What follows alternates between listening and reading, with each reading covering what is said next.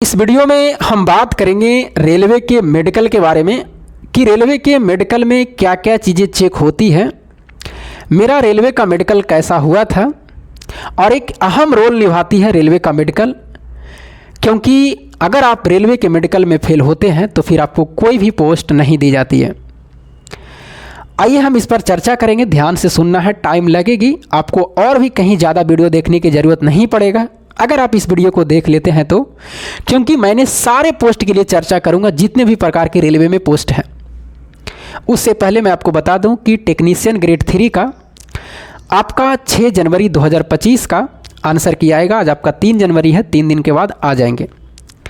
ये आपका रेलवे का जो वेबसाइट है टेक्नीशियन ग्रेड 3 का, वहाँ पर कुछ चेंजिंग दिखा रहा, वहाँ से लिख रहा है 6 तारीख से 9 तारीख तक। अब आइए हम लोग का जो मेन मुद्दा है रेलवे के मेडिकल के बारे में, ध्यान से सुनिएगा तभी आपको समझ में आएंगे। बाकी बॉडी आपका है, जो चीज़ें मैं बताऊंगा वो आप वहाँ पर जज करिएगा कि मेरे बॉडी में क्या प्रॉब्लम है। वो आपका जो प्रॉब्लम है कोई दूसरा थोड़ी जान रहा, वो तो आप जानिएगा कि आपका प्रॉब्लम क्या है। जो चीज़ मैं बताऊंगा, बाकी जो भी आपको प्रॉब्लम होगी और भी दिक्कत रह जाएंगे वो आप कमेंट बॉक्स में कर दीजिएगा कि हाँ सर ये मेरा प्रॉब्लम है, क्या करें। और निदान भी बताऊंगा कि आपको अभी से ही सतर्क रहना, अगर वो चीज़ें है कोई चीज़ प्रॉब्लम तो आपको अभी से ही ठीक करवा लेना। मैंने ठीक करवाया था, वो भी मैं आपको बताऊंगा कि मैंने क्या ठीक करवाया था। मुझे पता था कि चेक होगा तो वहाँ से हमें बाहर कर देगा, इसीलिए मैं पहले सतर्क हो गया था। आइए अब हम चर्चा करते हैं। रेलवे के मेडिकल की जो स्टैंडर्ड होती है सब पोस्ट का अलग अलग है। ALP में अलग, टेक्नीशियन में अलग, NTPC में अलग, ग्रुप D में अलग, सब में अलग अलग रहती है। अब इसमें देखना, जैसे मेडिकल का जो स्टैंडर्ड होता है A1 medical, A2 medical, A3 medical, B1, B2, C1 और C2 कितने प्रकार का होगी। थोड़ा सा वीडियो लंबा होगी, ध्यान से सुनिए जरा, फिर बाद में किसी का वीडियो देखने की जरूरत नहीं पड़ेगा। 1, 2, 3, 4, 5, 6, 7 प्रकार का मेडिकल है, जिसमें से अब मेडिकल C2 मेडिकल की पोस्ट नहीं आती है। कभी कभी जैसे रेलवे का ग्रुप D में अभी पिछले बार 2019 में आया था तो उसमें भी C2 का पोस्ट नहीं था, उससे पहले था 2018 में। तो C2 मेडिकल का अब पोस्ट नहीं आती है, लेकिन कभी कभी NTPC में आपको C2 का पोस्ट अभी भी देखने के लिए मिलेगा। NTPC में मिलेगा, NTPC में C2 का पोस्ट, कोई ना कोई पोस्ट मिलेगा C2 का, लेकिन बाकी चीज़ों में अब नहीं मिलता है। इस सब में C2 का नहीं मिलता। हाँ, C1 का रहता है, अभी है, वर्तमान में है, वो ग्रुप D में भी है, NTPC में भी है, टेक्नीशियन में भी है। और ALP में तो आपको कुछ कहना ही नहीं है। ALP में अगर आपका मेडिकल स्टैंडर्ड A1 नहीं है तो आप ALP के लिए एलिजिबल नहीं है। इसमें कुछ भी आपको किंतु परंतु नहीं चलेगा, आपका मेडिकल स्टैंडर्ड ALP में A1 होना चाहिए। बाकी डिपेंड करता है कि sir A1, A2, B1, B2 सब मिलता कैसे है, तो वही आगे हम चर्चा करेंगे कि आपका मेडिकल स्टैंडर्ड कैसे दिया जाएगा, वो आगे हम बताने वाले हैं। अब आइए हम चर्चा करते हैं ये सब जो मेडिकल स्टैंडर्ड बचा हुआ है वो कैसे कैसे आपको दिया जाएगा रेलवे में। तो आपको बॉडी पर डिपेंड करता है कि आपका बॉडी में क्या प्रॉब्लम है। अब आइए हम समस्या पर चर्चा करते हैं कि आपका प्रॉब्लम क्या है। अब यहाँ पर जब मेडिकल में आप जाइएगा तो सबसे पहले आपको क्या करेगा कि सबसे पहले आपको सुबह में, अगर मान लीजिए जिस तारीख को है, किसी भी डेट को, तो मॉर्निंग से यहाँ स्टार्टिंग हो जाएगा 8:30 बजे से 9 बजे से वहाँ टाइम रहेगा। और मॉर्निंग में जाइएगा तो सबसे पहले आपका यूरिन और ब्लड चेक होगा, ये 2 चीज़ें चेक होगी। उसके बाद में आपको जो चेक होगा चेस्ट का एक्सरा करवाने के लिए, और देखिए सबका अलग अलग है, कहीं कुछ चेक कर लेता है पहले, कहीं कुछ कर लेता है, तो इधर उधर हो सकता है, उससे आपको घबराने की बात नहीं है। उसके बाद में आपको जब यूरिन ये सब चेक हो जाएगा तो उसके बाद में आपको भेजेगा चेस्ट के एक्सरा का, सबको होता है। और देखिए हो सकता है किसी किसी बोर्ड में चेस्ट का नहीं हो, लेकिन मैक्सिमम बोर्ड में आपका चेस्ट का चेक होगा कि आपका कुछ चेस्ट में प्रॉब्लम तो है या नहीं है। सब बोर्ड में होता है मैक्सिमम में, एक्सरे करवा के। अगर आपको ज़्यादा समस्या है तो हो सकते हैं बाहर भी हो सकते हैं, लेकिन अगर कोई भी समस्या चेस्ट में नहीं आपका तो फिर प्रॉब्लम नहीं आएगी, अगला प्रोसेस के लिए आपको भेज दिया जाएगा। उसके बाद में जो चेस्ट के बाद में अगला जो प्रक्रिया होगा, वहाँ पर 5 गो 6 गो का ग्रुप बनेगा। ग्रुप बनाने के बाद में एक रूम में 3 डॉक्टर से 4 डॉक्टर रहेंगे, वहाँ भेजा जाएगा 5-5 गो ग्रुप करके। और अंदर में जैसा ही जाइएगा तो हो सकता है आपको कपड़ा को उतरवा करके अंडर बियर पे ही भेजेगा कि आप जाइए अंदर में। तो 5-6 गो बच्चे रहिएगा वहाँ पर, अंदर में जाइएगा और कहीं कहीं कोई बोर्ड ऐसा करता है कि कपड़ा को उतरवाता नहीं है, सिर्फ ऊपर वाले कपड़ा उतार देता, नीचे जीन्स वगैरह जूता उस्ता सब पहने हुआ रहता है किसी बोर्ड में, और किसी बोर्ड में पूरा नंगा कर देता है सिर्फ अंडरवियर में। वो आपको डिपेंड करता है कि आप किस बोर्ड का है और वहाँ पर चेक कैसे चल रहा है, आपकी किस्मत कैसी है। जैसे सेंट्रल मुंबई में सारा चीज़ नंगा कर दिया था, सिर्फ अंडरवियर पर थे, और वहाँ पर जब डॉक्टर देखेगा तो आपको 5 को खड़ा रहिएगा तो कभी घुमाएगा चारों तरफ, निहुराएगा, हाइड्रोसील चेक होगा। तो वहाँ पर क्या क्या चीज़ें चेक होगा, तो वहाँ पर हाइड्रोसील चेक करेगा, टो करके चेक करेगा। कहीं कहीं तो हाइड्रोसील ऐसी देख के छोड़ देता, लेकिन सेंट्रल मुंबई में वहाँ पर पकड़ के देखा था डॉक्टर, बड़ा है छोटा है, क्या प्रॉब्लम है, 2 गो है या नहीं है, इस तरह से चेक होते हैं, देखते हैं डॉक्टर। तो वहाँ पर जो चेक हुआ था, मेरा हाइड्रोसील चेक हुआ था, बाबासीर भी देखा था, फ्लैट फुट भी देख लिया था, और कटा छटा भी देख लिया था। कितने प्रकार के बताए मैंने, जब मैंने खड़ी था 5 बच्चे 6 बच्चे, तो वहाँ पर फ्लैट फुट भी देखा, हाइड्रोसील का, बाबासीर का, बॉडी में कटा छटा, ये सब देख रहा था। कहाँ? सेंट्रल मुंबई में। लेकिन किसी भी बोर्ड में, कोई भी ऐसा बोर्ड है, कहीं कहीं फ्लैट फुट चेक नहीं चल रहा था, उसको देख ही नहीं रहा था फ्लैट फुट, जूता पहने था वो घुसा दिया, तो क्या वहाँ पर उसको पता चलेगा कि फ्लैट फुट है? नहीं। कहीं पर बॉडी में कटा हुआ, वो कपड़ा पहना हुआ, तो क्या उसको पता चलेगा? नहीं। लेकिन हाँ, हाइड्रोसील सब जगह चेक होता है, हाइड्रोसील सब जगह चेक होता है। अब बाबासीर कहीं कहीं चेक चलता है, कहीं कहीं नहीं भी चलता है। तो मैंने कितने प्रकार के बताए, इस 4 प्रकार में क्या आप समझे कुछ? आपके बोर्ड पर डिपेंड करता है। मेरा में चारों चीज़ चेक हुआ था, हाइड्रोसील भी, बाबासीर भी, उसके बाद में फ्लैट फुट भी और कटा छटा भी, ये 4 चीज़ें समझ लिए। आपको बोर्ड पर डिपेंड करता है, लेकिन हाइड्रोसील सब जगह चेक होगा। ये 3 चीज़ें चेक हो चाहे ना हो, कटा छटा, फ्लैट फुट और आपको कौन सा? बाबासीर, लेकिन आपको हाइड्रोसील चेक जरूर होगा, सभी बोर्ड में होगा। मेरा वहाँ पर चेक किया तो मेरा फ्लैट फुट निकल गया, और हमको पता नहीं चला था कि फ्लैट फुट है। और वहाँ पर फ्लैट फुट पानी वगैरह से नहीं चेक करता कि पानी में पैर बुराया और आपको एक चला करके बताया, ऐसा नहीं हो। डॉक्टर को पता चल जाता है कि इस बंदे को फ्लैट फुट है, उसने एक्सरे लिख देता है पैर का कि आप पैर को एक्सरे करवाइए कि आपका फ्लैट फुट है। वहाँ पर पानी उन्हीं से कुछ नहीं चेक करता, वो मशीन से चेक होता। मशीन पे जाइएगा, पैर रखने के लिए बोलेगा, और वहाँ पर देखेगा कि आपका फ्लैट फुट है कि नहीं है। ये नहीं कि ऐसे कहीं पर यूट्यूब पर देखेगा तो पानी में चला करके देखता, वहाँ पर वैसा नहीं होता, वहाँ पर मशीन से चेक होता। एकक वाई नापता है, इंच वाई इंच करके नापता है, जो वहाँ पर एक्सरे में कवड़ता है जो। अब इसमें आपको देखिएगा, अगर आपका हाइड्रोसील का प्रॉब्लम है तो हाइड्रोसील, अभी हम आँख पे नहीं आए हैं, आँख पे आएंगे, इसीलिए वीडियो लंबा होगा, ध्यान से सुनिएगा। अगर आपको हाइड्रोसील बढ़ा हुआ है और प्रॉब्लम है, मतलब जितना भी हो, बढ़ा हुआ, छोटा है, किसी का ज़्यादा बड़ा है, तो अभी से आप अगर दवाई से ठीक होता है तो दवाई से ठीक कर लीजिए। लेकिन क्योंकि सारे बोर्ड में चेक होगा, लेकिन अगर दवाई से ठीक नहीं हुआ तो एकमात्र लास्ट उपाय बचेगा आपका ऑपरेशन, जो कि छोटा है। 2 दिन से आप मतलब कि आप हॉस्पिटल से बाहर 1 दिन में भी चल जाते हैं, और नॉर्मल ऑपरेशन होता है वो। तो अगर आपको हाइड्रोसील का प्रॉब्लम है तो अभी से ही आप सतर्क हो जाइए, ये चेक होगा। लेकिन चाहे वो किसी में भी हो, सब में चेक होता है। जितने भी सारे चीज़ में, रेलवे में जितने भी प्रकार का पोस्ट है, NTPC, railway group D, technician, RPF, जितने भी सारा है, सब में, जेई वगैरह सब में चेक होता है हाइड्रोसील। अगर बढ़ा हुआ तो आप ऑपरेशन करवा लीजिए अभी से ही। लेकिन अगर नहीं भी करवाते हैं और डायरेक्ट आप चल जाते हैं देने के लिए, तो आपको बाहर रेलवे नहीं करेगी, टाइम दे देगा कि आप 3 महीना में इसको ठीक करके फिर से वापस आ जाइए। तो फिर आप समझिए कि आपका निर्णय क्या रहता है, कि आप उसको पहले ही से अभी से करवा लेते हैं। जब भी करवाइए, अभी तो आप पढ़ाई में बिजी हैं तो नहीं करवा सकते हैं, बाद में भी करवा सकते हैं, वो आप पे डिपेंड करता है। लेकिन मैंने पहले ही करवा लिया था, 2019 में भर्ती निकली थी, तो 2022 में जब एग्ज़ाम हो रहा था तो उसी समय में हम एग्ज़ाम दे करके करवा लिया था। मैंने पता था कि मेरा इसमें प्रॉब्लम करेगा, तो इस तरह से मैंने किया था, और मैंने सतर्क हो गया था पहले से ही। तो ये अब आप पे डिपेंड करता है कि आप क्या करते हैं, या डायरेक्ट जाते हैं तो वहाँ आपको भागाएगा नहीं, किसी भी बोर्ड में हाइड्रोसील से बाहर नहीं करेगा, ये आप 100% लिख लीजिए।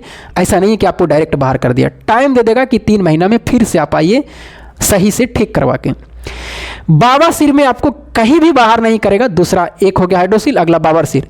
बाबासीर में आपको भी कहीं से भी बाहर नहीं करेगा, अगर है तो पहले से ही उसको ठीक करवा लीजिए। और कहीं कहीं भी बावासीर तो चेक भी नहीं होता।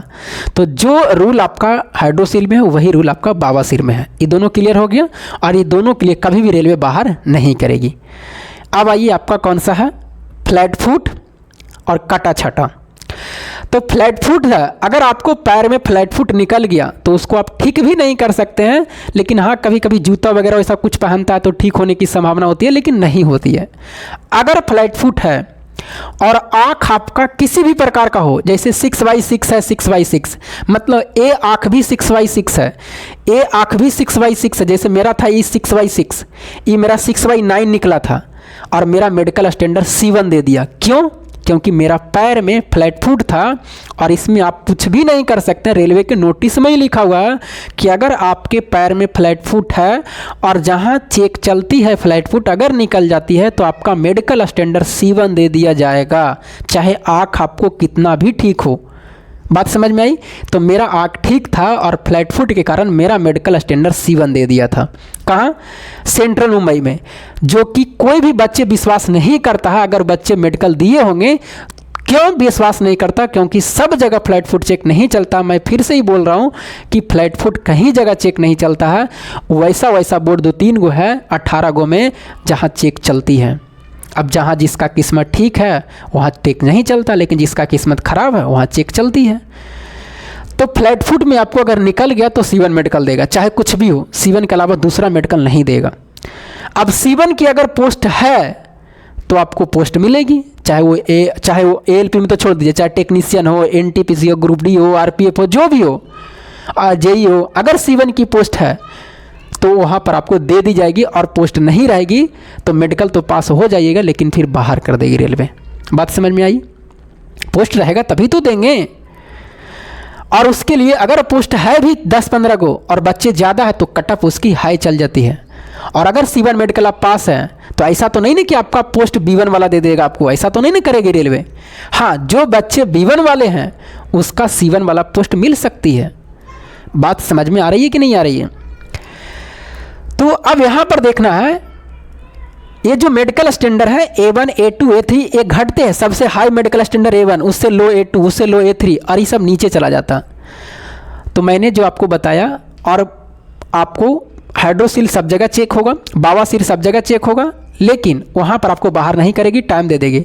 फ्लैट फुट में आपको अगर निकल गया तो रेलवे भी बाहर नहीं करती, अनफिट नहीं करती है। कहीं कहीं तो डायरेक्ट अनफिट भी लिख देता है, इस बात को ध्यान रखिएगा कि आप अनफिट हैं। कहीं कहीं C1 मेडिकल दे देता है फ्लैट फुट में। उसके बाद रह गया कटा छटा, शरीर में कहीं कटा छटा।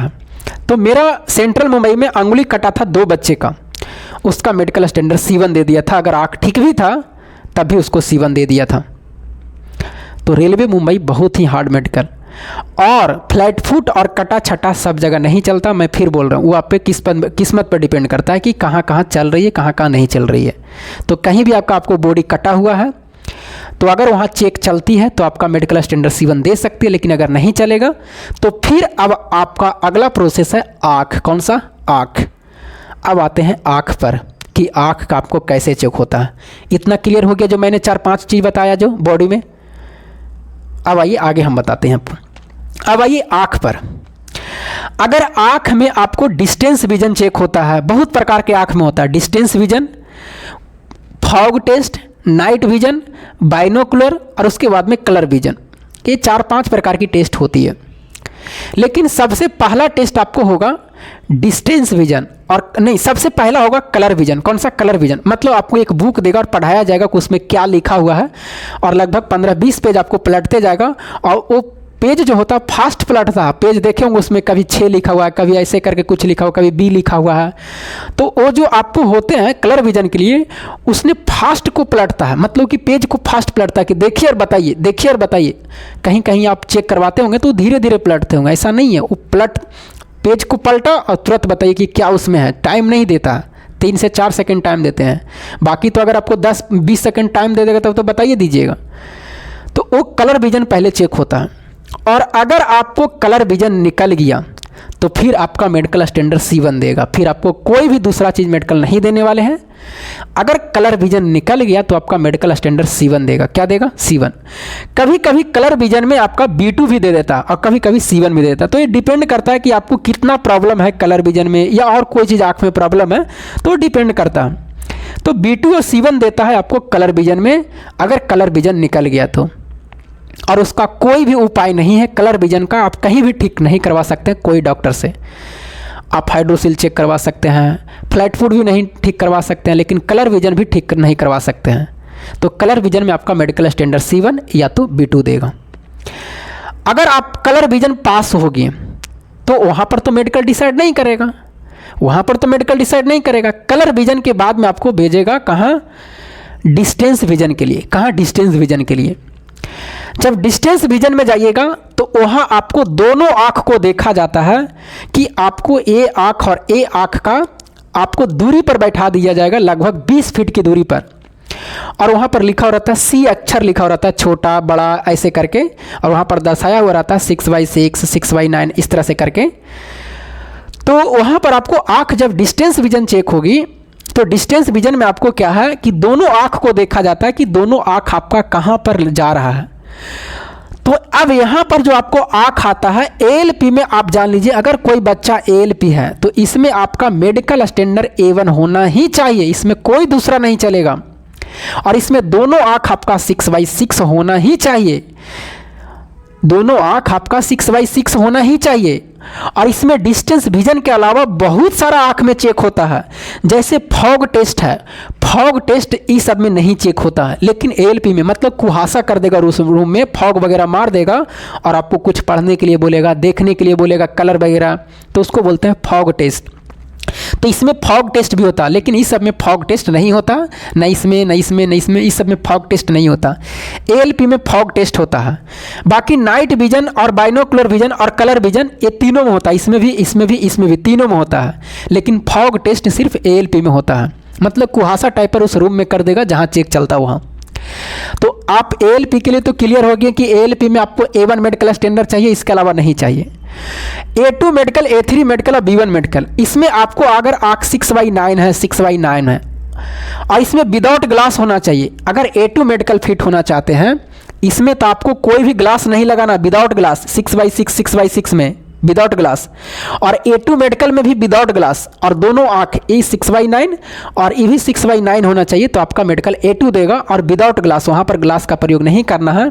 और आपको NTPC में A2 मेडिकल आता है, जो कि आपका कौन सा गुड्स गार्ड है, उसके बाद में और भी इसमें है, तो जो आपका गुड्स गार्ड है, ट्रेन मैनेजर है, उसके बाद आपको हो सकता है स्टेशन मास्टर का देख लीजिएगा, स्टेशन मास्टर का क्या A2 है कि शायद A1 है, क्या है वो देखना पड़ेगा।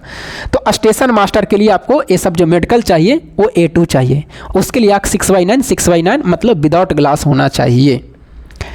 अब आइए आगे, जो आपका A3 मेडिकल स्टैंडर्ड, कौन सा A3 मेडिकल स्टैंडर्ड में आपको 6x9 दोनों तो होना चाहिए, लेकिन इसमें ग्लास आप यूज कर सकते हैं और 2 डायोप्टर से नीचे होना चाहिए। लेंस जो होगा 2 डायोप्टर से नीचे, वो आपका डॉक्टर बताएगा कि आपका कितना डायोप्टर है। वहाँ पर आपको डॉक्टर लिख देगा कि आपका जो आँख का प्रॉब्लम है उसमें इतना लेंस क्षमता रहेगा, तब आप ठीक हो गए, आपको देखने में अच्छा होगा। तो 2 डायोप्टर इसका यूज कर सकते हैं, और इससे नीचे 6x9 दोनों होना चाहिए। तो आपका मेडिकल स्टैंडर्ड A3 देगा। A3 ग्रुप डी में भी प्रयोग होता है, A3 इसमें भी प्रयोग होता है, A3 इसमें भी प्रयोग होता है, A2 टेक्नीशियन में भी प्रयोग होता है, सब में होता है। अब आइए, इसमें आपको JEE वगैरह में भी आपको A2 है, ये सब ठीक ठाक है। उसके बाद में A3 भी है, उसके बाद में आपका C1 भी इसमें आता है, JEE में C1 मेडिकल भी लगता है। उसके बाद में B1 में 6x9 और 6x12, मतलब एक आँख 6x9 है, एक आँख 6x12 है, तो आपका B1 देगा, लेकिन उसके डायोप्टर 4 डायोप्टर से नीचे होना चाहिए। कितना? 4 डायोप्टर से नीचे। और B2 के लिए भी 4 डायोप्टर से नीचे होना चाहिए, लेकिन यहाँ पर कलर विजन नहीं चलेगा, यहाँ पर कलर विजन चलता है, मतलब यहाँ पर कलर विजन नहीं होना चाहिए, लेकिन यहाँ पर कलर विजन है तो फिर आपको ईप दे देगा मेडिकल। बात समझ में आ रही है? अब आइए, यहाँ तक में देखिएगा जितने भी सारे, इसमें में कलर विजन नहीं होना चाहिए। A1 में, A2 में, A3 में, B1 में अगर इसमें कलर विजन है तो ई सब मेडिकल स्टैंडर्ड नहीं देगा, कलर विजन में ई देगा आपको मेडिकल स्टैंडर्ड। अब आपको मेडिकल स्टैंडर्ड आँख से तो पता चल गया कि अगर आँख हमको ठीक ठाक है, अब आप पे डिपेंड करता है कि कहाँ जाएगा। तो आपका मेडिकल स्टैंडर्ड ई देगा, ई सब देगा। आपको पता चल गया होगा कि आपका आँख कैसा है, क्या कोई प्रॉब्लम है, हो सकेगा तो डॉक्टर से चेक करवा लीजिएगा तो आपको पता चल जाएंगे। और अगर आपको कलर विजन नहीं है और आँख में कुछ प्रॉब्लम आ रही है डिस्टेंस विजन से, तो वो आपको खाना से प्रॉब्लम आ रही है, खाना सही से नहीं हो पाता, पढ़ाई वगैरह में बिजी रहते हैं, सही से खाना नहीं मिल पाती है टाइम से, तो डिस्टेंस विजन लो हो जाती है। उसको ठीक कर सकते हैं आप, लेकिन कलर विजन को ठीक नहीं कर सकते हैं। डिस्टेंस विजन को ठीक कर सकते हैं। जैसे गाजर का प्रयोग अगर आप 2 महीना कर लेते हैं लगातार किसी भी तरह से, तो आपका डिस्टेंस विजन ठीक हो जाएगा। मॉर्निंग में टहल लेते हैं घास वगैरह पे, और सबसे ज़्यादा गाजर का फ़ायदा करेगा। अगर आप गाजर का हलवा या ऐसे ही गाजर खाते हैं, तो जब भी आपका मेडिकल हो तो उससे 2 महीना पहले आप गाजर खा लीजिएगा, आपका आँख बहुत ही अच्छा हो जाएगा। और अभी से ही खा रहे हैं तब तो और बढ़िया है। अगर मान लीजिए 10 दिन पर, 15 दिन पर, आप मान लीजिए 1 महीना में 10 दिन गाजर खा लेते हैं तो बहुत ही अच्छा है, मतलब आँख के लिए आपको फ़ायदेमंद होगा। तो जब भी मेडिकल हो उससे 2 महीना पहले लगातार गाजर खाना है आपको। एक ही गाजर खाइए लेकिन लगातार खाना जब मेडिकल पहले होगा, क्योंकि उसमें डिस्टेंस विजन आपको आ जाएगा। और कलर विजन में तो कहना ही नहीं है, कलर विजन आपको ठीक नहीं होगा कितनों भी प्रयास कर लीजिएगा। तो बात समझ में आ गई। ये हो गया आपको कहाँ पर हो गया, ये आपको हो गया डिस्टेंस विजन से, आँख से। अब कह गया सर अगर मान लीजिए कि हमको फ्लैट फुट नहीं निकला, कलर विजन नहीं निकला, तो फिर मेडिकल स्टैंडर्ड कहाँ पर देगा? तो इसी से आपको मेडिकल स्टैंडर्ड देगा। अगर आपको और कोई चीज़ बॉडी में प्रॉब्लम नहीं है, फ्लैट फुट वगैरह नहीं है, कटा छटा नहीं है, तो फिर आपको मेडिकल स्टैंडर्ड इसी पर दे देगा। लेकिन अगर ये सब ठीक ठाक भी है, ये सब ठीक ठाक भी है, और अगर आपका फ्लैट फुट निकल गया और वहाँ चेक चल रही है, तो मेडिकल स्टैंडर्ड C1 देगा। अब बाकी आपको वो मेडिकल स्टैंडर्ड दे दिया जाएगा। आप किसी भी एग्जाम का तैयारी करें, NTPC, रेलवे, ग्रुप डी, जो भी कर रहे हैं, उसमें आप देख लीजिएगा कि उसमें मेडिकल स्टैंडर्ड क्या क्या है, वो आप देख सकते हैं। मैं ये बता रहा हूँ कि आपका मेडिकल क्या मिलेगा, वो आपका बॉडी देखिए, आप सर्च करिए कि मेरा बॉडी में क्या प्रॉब्लम है, वो आप जानते होंगे। बाकी जहाँ जहाँ पोस्ट है उस मेडिकल का, वहाँ आपको मिलेगी। अब आइए, ये तो आँख से हो गया, बॉडी का भी बता दिए। क्या और भी कोई चीज़ें चेक होती है? तो उसके बाद में अब आपको कोई चीज़ फिर नहीं ज़्यादा चेक होती है कि आपको और भी कोई चीज़ चेक किया जाएगा, नहीं। अब वहाँ पर और भी कोई चीज़, बस आँख सबसे ज़्यादा चेक होती है। आँख में आपको कोई भी वहाँ पर कंप्रोमाइज़ नहीं करेगा। जो आपका आँख है रियल में वही देगा रेलवे, ना उसमें घूस वगैरह चलेगा, कुछ भी नहीं चलेगा। बात समझ में आ रही है? तो ये सब मेडिकल का है। बाकी हम सारा चीज़ आपको बता दिए हैं। अब आपको क्या मेडिकल मिलेगा वो आप जज कर सकते हैं कि मेडिकल आपको कहाँ मिलेगा, और उसमें उस मेडिकल कैटेगरी का पोस्ट है तो आपको दी जाएगी। अब यहाँ पर आता है पोस्ट प्रेफरेंस, जो आप भरते हैं, फॉर्म भरते हैं, तो अब आता है कौन सा? पोस्ट प्रेफरेंस आता है। तो जब पोस्ट प्रेफरेंस डालते हैं, और अगर आपको पता है कि मेरा मेडिकल स्टैंडर्ड C1 ही है, मान लीजिए कलर विजन है, तो आप पहला पोस्ट प्रेफरेंस कलर विजन वाला ही डालिए। अगर उसमें पोस्ट है C1 मेडिकल का तो वही डालिए। क्योंकि अगर आप मान लीजिए कि B2 मेडिकल वाला B1 मेडिकल वाला डाल दिए, A2 मेडिकल वाला डाल दिए, जैसे मान लीजिए ग्रुप डी अभी वैकेंसी आने वाली है, उसमें A2 मेडिकल का पोस्ट है, B1 का है, और जिसका मान लीजिए कि A2 मेडिकल वाला पहले पोस्ट डाल दिया, B2 वाला पहले डाल दिया, और उस बंदा का निकल गया C1 मेडिकल, तो क्या उसको पोस्ट मिलेगी? नहीं मिलेगी, क्योंकि C1 मेडिकल का आपका लास्ट में दिया हुआ पोस्ट प्रेफरेंस। तो इसीलिए मैं कहता हूँ कि जब फॉर्म निकलेगा तो अपना मेडिकल देख लीजिए कि आपका मेडिकल क्या है, उसके हिसाब से पोस्ट प्रेफरेंस डालिए, तब आपको पोस्ट दी जाएगी वहाँ पर। और जिसका मेडिकल स्टैंडर्ड जो अच्छा है तो कोई भी डाल दीजिए, उससे कोई प्रॉब्लम नहीं है। लेकिन हाँ, अगर आपको अच्छा रेलवे ग्रुप डी में जॉब लेना है तो सबसे बढ़िया रेलवे ग्रुप डी में जो जॉब होता है C1 मेडिकल वाली होती है। उसकी पोस्ट अच्छी होती है, काम कम होती है, थोड़ा सा आराम रहता है, लेकिन कटअप भी हाई जाती है। तो ये सब आपको क्लियर हो गए होंगे। जितने भी सारे चीज़ है इसमें मैंने आपको बता दिया कि क्या क्या चीज़ें चेक होती है, पूरा बॉडी से लेकर के आँख से लेकर के सब चीज़ मैंने बता दिया, कैसे कैसे चेक होती है। और अगर फ्लैट फुट वगैरह निकल गया तो आपको मेडिकल में 3 से 4 दिन भी लग सकता है, 10 दिन भी लग सकता है, क्योंकि उसको बार बार चेक करती है इस तरह से करके रेलवे, तो टाइम लेती है। लेकिन अगर कुछ भी किसी का प्रॉब्लम नहीं है बॉडी में, सिर्फ आँख से आपको अगर कोई भी बॉडी में प्रॉब्लम नहीं है, तो आँख आपका 1 दिन में क्लियर कर देगी रेलवे कि आपका आँख सही है, आप जाइए, आपका मेडिकल स्टैंडर्ड ई मिल गया है। लेकिन अगर आँख में भी प्रॉब्लम आ गया तो हो सकता है 2 से 3 दिन ले सकती है रेलवे। लेकिन अगर आँख में प्रॉब्लम नहीं आया तो 1 दिन में ठीक। और ज़्यादा प्रॉब्लम आ गया फ्लैट फुट वगैरह का तो हो सकता है 5-6 दिन 8 दिन भी ले सकती है। तो मेरा फ्लैट फुट का प्रॉब्लम आ गया था, इसलिए मेरे को रेलवे ने 9 से 10 दिन में ठीक किया था, फिट किया था।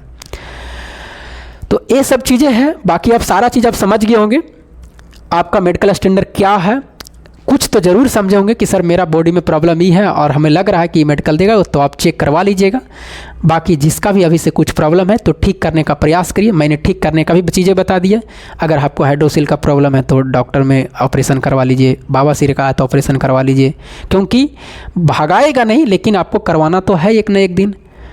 तो जब आपको कॉन्फिडेंस है कि मेरा सिलेक्शन होगा, मार्क्स आएगा, रिजल्ट होगा, तो पहले ही से तैयार रहिए। क्यों रेलवे को टाइम देंगे कि 3 महीना के बाद आइए फिर आप। तो चलिए, बाकी जो भी आपको और भी पूछना होगा आप कमेंट बॉक्स में हमें पूछ सकते हैं कि सर ये चीज़ें नहीं बताएं, क्योंकि सारा चीज़ क्लियर करना बड़ा मुश्किल होता है। क्या क्या चीज़ें हैं उसमें नहीं है, जितना रेलवे में चेक होता मैंने आपको बता दिया। हाँ, एक चीज़ और छूट गया, सर सुनिएगा, एक चीज़ और छूट गया उसमें। आपको कौन सा एक चीज़ छूटा हुआ है आपका कि कौन सा ब्लड प्रेशर चेक होता है। कौन सा ब्लड प्रेशर, आपका जो ब्लड प्रेशर चेक होता है, तो ब्लड प्रेशर में आपको क्या करना है, आपको रेलवे भगाती नहीं है। जैसे मान लीजिए कि किसी का ब्लड प्रेशर हाई हो गया तो रेलवे भगाएगी नहीं, टाइम देगा। पहला दिन अगर ब्लड प्रेशर हाई है तो कहेगा दूसरा दिन चले आइए, दूसरा दिन भी आए तो कहेगा तीसरा दिन चलाइए, तीसरा दिन भी आए तो कहेगा चौथा दिन चलाइए। तो मतलब 3 से 4 दिन ब्लड प्रेशर में टाइम देती है रेलवे। लेकिन अगर नॉर्मल नहीं हो रहा ब्लड प्रेशर तो फिर आपको दिक्कत हो जाएगी, उस समय में अनफिट भी रेलवे कर सकती है ब्लड प्रेशर के टाइम में। तो अगर ब्लड प्रेशर है तो ब्लड प्रेशर को आपको वहाँ पर नॉर्मल रखना है, एकदम शांत माइंड, कूल माइंड रखना है, ताकि ब्लड प्रेशर हाई ना हो। और ब्लड प्रेशर सब जगह चेक होती है, ब्लड प्रेशर सब जगह चेक होगी। अगर ब्लड प्रेशर निकल गया तो फिर आपको शांत रहना है, वहाँ पर कूल रहना, ठंडा ठंडा मिजाज रखना, तो ब्लड प्रेशर हाई नहीं होगा। मतलब वैसा चीज़ सोचना है कि आप खुशी रहें, आप जैसे खुशी रह सके, क्योंकि ब्लड प्रेशर खुशी में कम जाती है। तो ब्लड प्रेशर अगर निकलती है तो उसमें रेलवे भगाएगी नहीं, 3 से 4 दिन टाइम देगी। लेकिन फिर भी नहीं ठीक हो रहा तो फिर रेलवे बाहर कर सकती है इसमें आपको। तो चलिए अब हम विदा लेते हैं। बाकी सारा चीज़ मैंने समझा दिया आपको। फिर मिलेंगे हम आपको अगले वीडियो में, तब तक के लिए जय हिंद।